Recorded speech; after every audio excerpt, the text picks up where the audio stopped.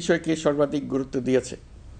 July August হত্যাকাণ্ডের বিচার, একটি জবাবদিহিমূলক ও কার্যকর গণতান্ত্রিক ব্যবস্থায় উত্তরণের জন্য রাষ্ট্র কাঠামোর প্রয়োজনীয় মৌলিক সংস্কার এবং একটি সুষ্ঠু নির্বাচন। জুলাই গণঅভ্যুত্থানকালে তৎকালীন ফ্যাসিস্ট সরকারের নির্দেশে সংগঠিত হত্যাকাণ্ডের বিচার কাজ যথাযথ আইনি প্রক্রিয়ায় এগিয়ে চলছে। ইতিমধ্যে ট্রাইব্যুনাল কর্তৃক একটা মামলার রায় ঘোষিত হয়েছে। আন্তর্জাতিক অপরাধ ট্রাইব্যুনাল স্বাধীন ও স্বচ্ছ প্রমাণভিত্তিক বিচার প্রক্রিয়ার মাধ্যমে দেশের ছাত্র, শ্রমিক ও সাধারণ জনগণের উপর নির্বিচার হত্যাকাণ্ডের প্রধান নির্দেশদাতা হিসেবে পতিত ফ্যাসিস্ট সরকারের প্রধান শেখ হাসিনাকে মৃত্যুদণ্ড প্রদান করেছে। যথাযথ আইনি প্রক্রিয়া অংশ হিসেবে অভ্যুত্থানের পর পলাতক শেখ হাসিনা এবং এই মামলার সাজাপ্রাপ্ত অপর আসামি সাবেক স্বরাষ্ট্রমন্ত্রী আসাদুজ্জামান খানকে দেশে ফেরানোর জন্য সরকার আনুষ্ঠানিকভাবে ভারত সরকারকে অনুরোধ জানিয়েছে। প্রিয় দেশবাসী, ইতিমধ্যে বেশ কিছু প্রাতিষ্ঠানিক ও কাঠামোগত সংস্কার সম্পন্ন করা হয়েছে। কয়েক ডজন পুরনো আইন সংশোধন করা হয়েছে এবং বেশ কয়েকটি নতুন আইন প্রণয়ন করা হয়েছে। সংস্কারের সবচেয়ে বড় পদক্ষেপ হচ্ছে জুলাই জাতীয় সনদ। মৌলিক সাংবিধানিক সংস্কার নিশ্চিত করার জন্য এটি আদেশ আকারে জারি করা হয়েছে।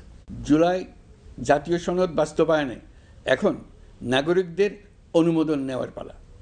তাই আগামী নির্বাচনে আপনাদের সিদ্ধান্ত অপরিসীম গুরুত্বপূর্ণ।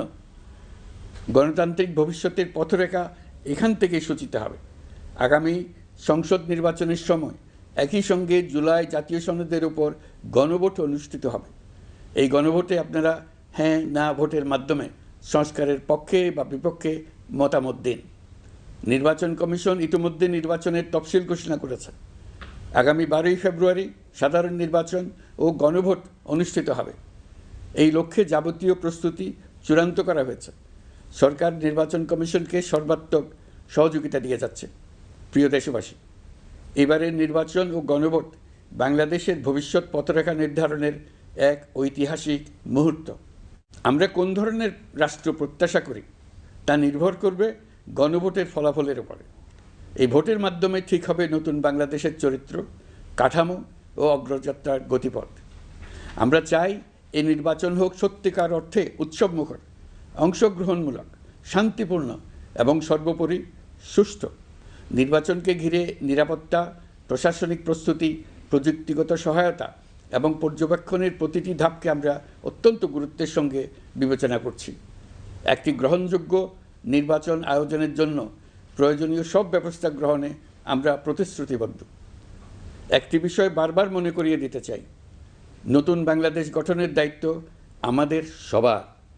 আপনাদের মূল্যবান ভোটেই আমাদের রাষ্ট্রের ভবিষ্যৎ নির্ধারণ করবে।